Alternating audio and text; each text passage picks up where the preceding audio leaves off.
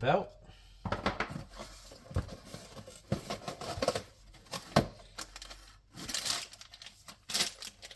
Got a roller.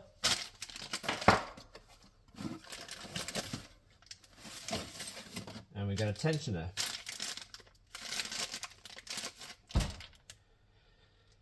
Nope, it's not the right one.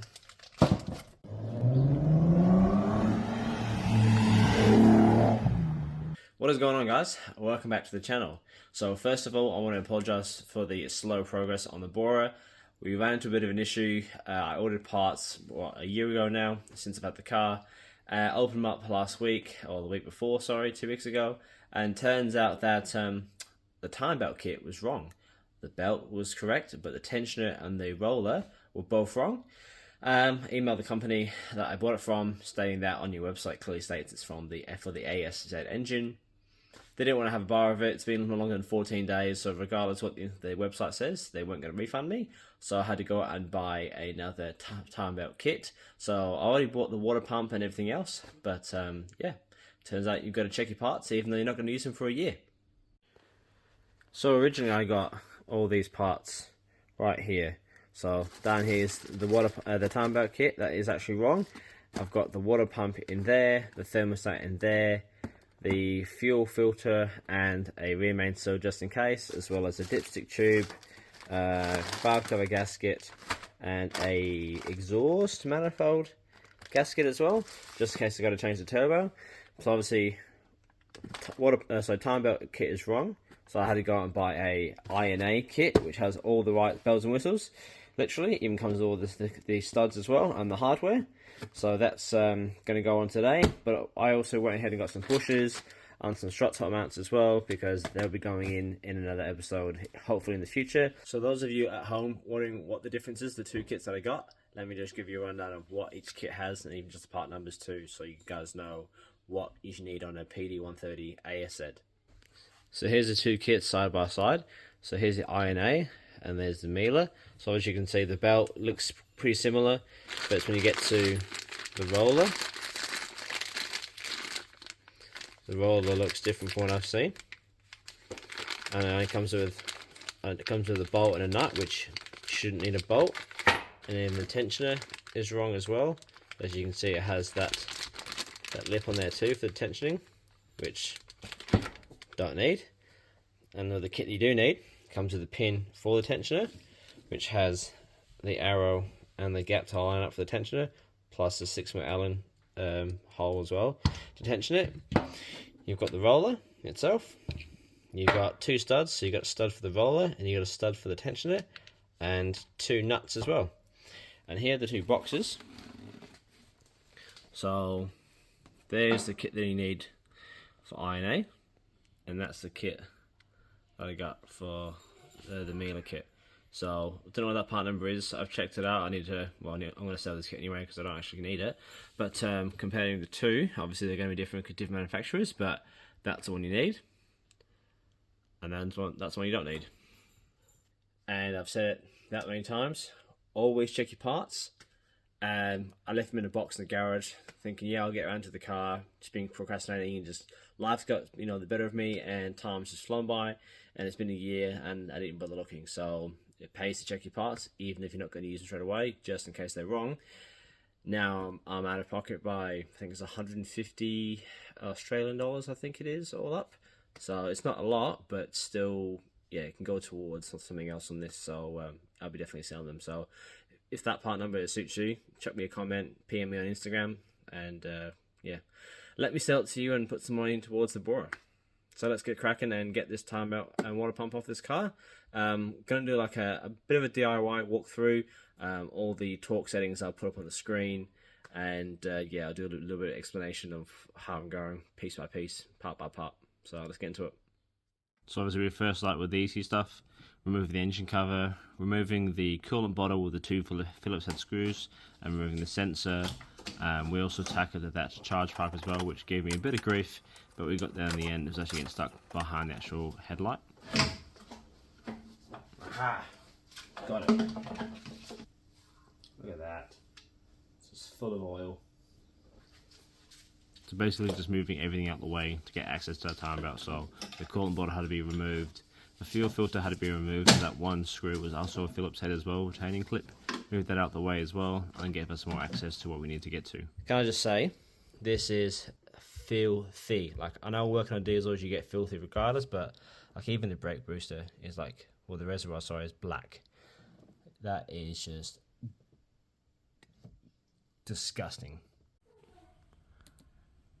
Timing cover, 2 clips, and just pulls off the top. Once that's removed, then we moved on to the power steering reservoir. It's a 5mm Allen bolt. Once we remove that, it's loose. That'll gain us access to the 16mm for the engine mount underneath, and the 18s as well. So belt looks good, you know, doesn't look frayed or anything. Actually looks in really good condition. But look at the tensioner. Fairly sure that arrow should be in the middle of that groove cut out on the back plate. So don't know whether that's, you know, an issue. The belt itself, it's not in bad condition. I said it's a Volkswagen belt, and obviously you can tell that people have been here before with markings and whatnot. Obviously with 300,000 Ks on the clock, you would think, you would hope that the belt's been changed every now and then. But yeah, obviously with no service books as well, it's hard to tell. That's why I'm going ahead and do it anyway. So using a 16mm spanner, we're just going to move the tension off the belt and hold it there with a small Allen key with the 2 holes lined up. And then we'll go ahead and remove the bolts, which are 3 13mm bolts. Once they're removed, you can remove the belt and the tensioner. And obviously the tensioner is looking brand new, so we'll obviously reuse that. We won't be replacing that one.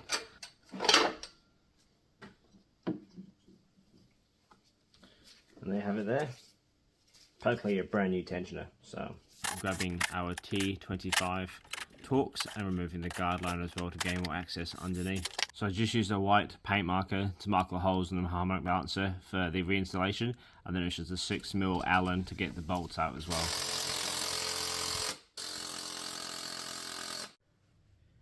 Well, as you can see, I got the harmonic balancer off. I had to use my big impact, and now it's off. So the next step is the 10mm, and let's get off these covers. Alright, just want to verify too, so the timing covers, there's actually 5 10mm bolts, and I'll show you where they are. So there's 2 that you can see underneath, and there's 2 a bit further up, and just under the engine mount, there's a 5th one there, so you can get to it from the bottom or the top. Alright, so the fun part of getting it down to TDC, so you're going to have the special tools for it, like these ones here. Now you get 2 different types, right? And the only difference really being is, if you look inside, see the arrow on there, so that's if the tooth is down, then that will go into that part, or if the tooth is up, you can see the arrow there, it goes into the up position. So it just depends on what your crank says, as in the design of it, whether it has an arrow on the crank is on the tooth going up, or on the in between the 2 teeth going up, there's a down position too. I'll show you what mine is, so you can kind of get a reference. So as you can see in here, mine has a mark there on the tooth going up, which means my tool that I need is, where are we? That one there. So the top part of the tooth will run into that tool there. And the great thing about these tools as well is the fact that they go in and they slide in, so they don't really fall out, which is really ideal. So you can't just put it on top, it won't go in because it's curved. So you've got to like line the teeth up and slide it in like that. Alright, and then behind it there's a hole which lines up to the hole on that one too. There. Go into the top. The top part here, you've got a pin that goes into the slot there. So obviously you can see this has been whited out, or paint marker from the last person that's done this. That's where the pin goes. Now if you look inside of there, which is going to be really hard for me to try and get for you guys, but let's see if I can get it. In the slot, you can just see there's a round hole that goes between the backing plate and the actual sprocket. That's where the pin needs to go, in there. So for me, it's a case of getting a mirror like this and just checking to see where it's at, and then from there finding out if I can put the pin in or not. Before we get too carried away, the engine mount has to come off as well, so we're going to put a block of wood on the jack. We're going to support the engine, we're going to undo the 16s and the 18s and the ones going into the block as well. We'll get all the mounts out of the way, and then we'll continue taking that time off and getting the new one installed. So there's your pin, it goes in nice and smooth, so that's lined up. It's pretty much spot on what they had before anyway. Alright, so I undid the 13mm bolts for the camshaft sprocket, and then we're going to go ahead and undo the engine mounts. So obviously the 18s, they were quite stiff as you can see, but the 16mm on the actual engine mount to the chassis, well, they were, let's just say, finger tight. Which apparently are loose. That's not good.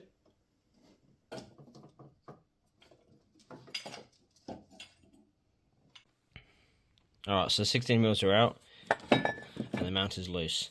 I'll check in back with you guys once it's out. Alright, so I managed to do that trick with the tensioner, so that's now loose and that's off. The belt is now off. The water pump is now unbolted down here, up here. The timing tool is in position. Hopefully, if I remove the tensioner and the water pump, hopefully this mount will come out. Well, fingers crossed and we'll see. A few moments later. So this part here, into the water pump area, and just try and lever it out, because you got all this to try and get past. All in there. It's always catching on here. It's catching on here. Catching on here. This is all broken from the last time they did the water pump, so yeah, fantastic. So the roll is left to do, and then replace the stud. I'll show you guys how to do that as well. The water pump came off reasonably easy. Look at all the sealant that they had to use. Has a seal on it too, plastic propeller, and well, it does still work. But while we're here, we'll replace it as well. The belt, well, it's off now, but it doesn't look that bad. But no history of the car, just to be safer rather than sorry, and get it all replaced.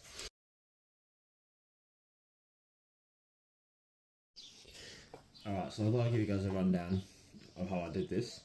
So obviously this would be further out this way, like that, like it's tensioned, and all you have to do is turn it anti-clockwise so you can get your pin in here, like that, and then you would turn the tensioner clockwise and then actually rotate it away from the belt and it'll loosen the tension. It is a bit tricky with having the wrong tools. Obviously the point nose pliers aren't the best tool to have, but put it in there and you just turn it that way. What happens is when you have the right tool, it actually stays in position, but having the wrong tools, put the pliers in, you turn it and slowly take off the belt as well at the same time. It's a bit tricky, but obviously you have all the room here so you can actually get into it. With everything else in the way, it's a bit harder, so that's how I did the tensioner. Alright, so next we're going to remove the stud for the tensioner. Obviously for that you need the two nuts. They're both 13s, and we can put them on there, lock them into place, and then we can go ahead and remove the stud and install the new one. Like I said before, I'll put all the torque settings on the screen, and obviously with this one here I'm probably going to put a little bit of Loctite as well, just to make sure it won't come out. And the reason why you want to torque these as well is because if they're loose, then they'll rattle and then they will end up pulling out the head and causing more damage, which you don't want, and you don't want to do this job twice. So best to do it right the first time.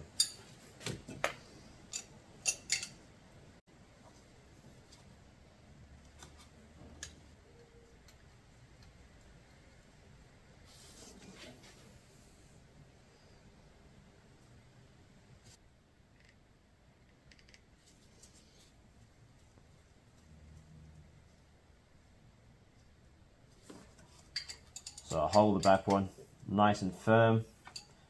Make sure it doesn't move at all.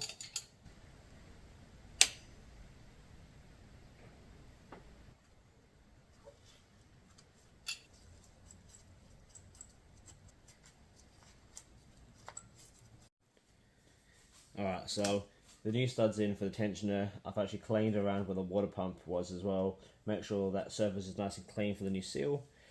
Before I go any further though, I'm going to install this engine mount back in, only because I needed the hole here for this part to go into to try and manipulate it back into place. So I'll put this in first. I'm not going to tighten it down or bolt it down. Just going to have it in place, and then I'm going to go ahead and install everything else afterwards. So now I've got the mount in, it's time to assemble it. So first goes in the water pump, and the water pump actually goes in this way.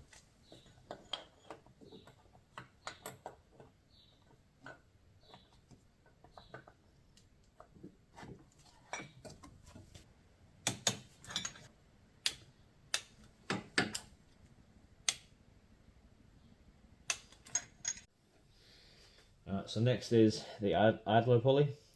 I've seen sometimes people leave it off until the end. I'm going to install it now, but just finger tight, and then once the belt's on, then I'll torque it down. Alright, so the next is the tensioner. Now you're going to make sure when you put the tensioner on that this locating pin here actually sits into the groove in the block as well. So there it is installed. So as you can see, it's the locating pin's in there, and that just stops the whole thing from moving around. So just installing the tensioner. Just going to put the nut on loose for now, and then once the belt's on, then we can torque it into where it needs to be. Belt next. Some belts come with the arrows for the directions. This one obviously doesn't. So the way you install it would be the way that you read the writing from left to right. Obviously it's going to be a bit tricky with the engine mount, but you've got to try and leave it around there, and then we can start going ahead and installing the belt. One thing to keep in mind as well, you want all the tension to stay on the right side, not the left side.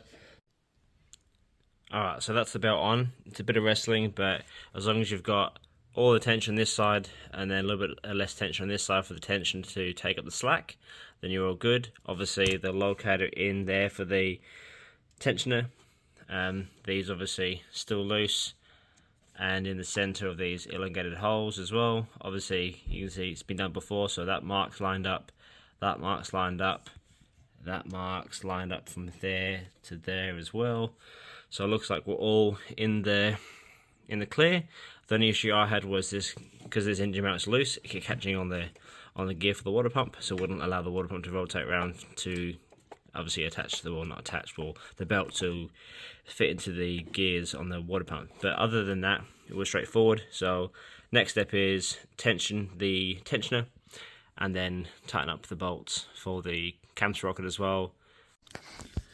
To tighten up the tensioner, you need a 6mm Allen and a 15mm spanner, and then when you turn the Allen key clockwise according to the arrow, this point here will have to sit right in that slot area, and then once that's in the slot area, you hold it with the Allen key and you have to tighten up with a 15mm. Once it's tightened up and holding into position, then you can torque it down to spec.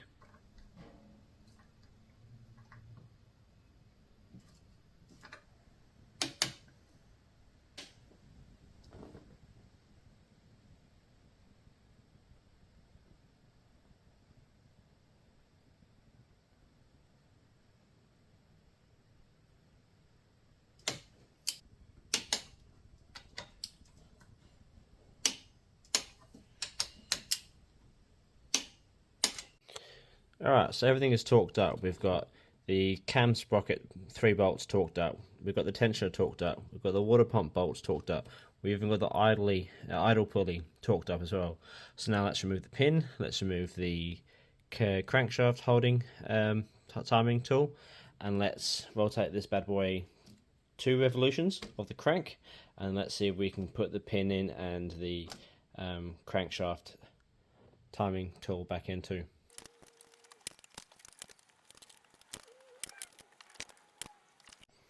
So 2 revolutions later, the top pin lines up pretty well. The bottom one, it's slightly off, and when I mean slightly, it's like half a tooth. So even if I was a tooth out, it'd be way out more than that. So I'm actually happy with that, because that's how it was when I took the belt off to begin with. So I'm not overly concerned. So I'm happy with that.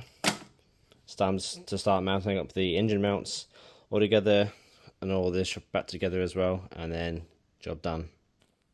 So fresh hardware for the engine mount. Just remember, the larger bolt goes in this hole here.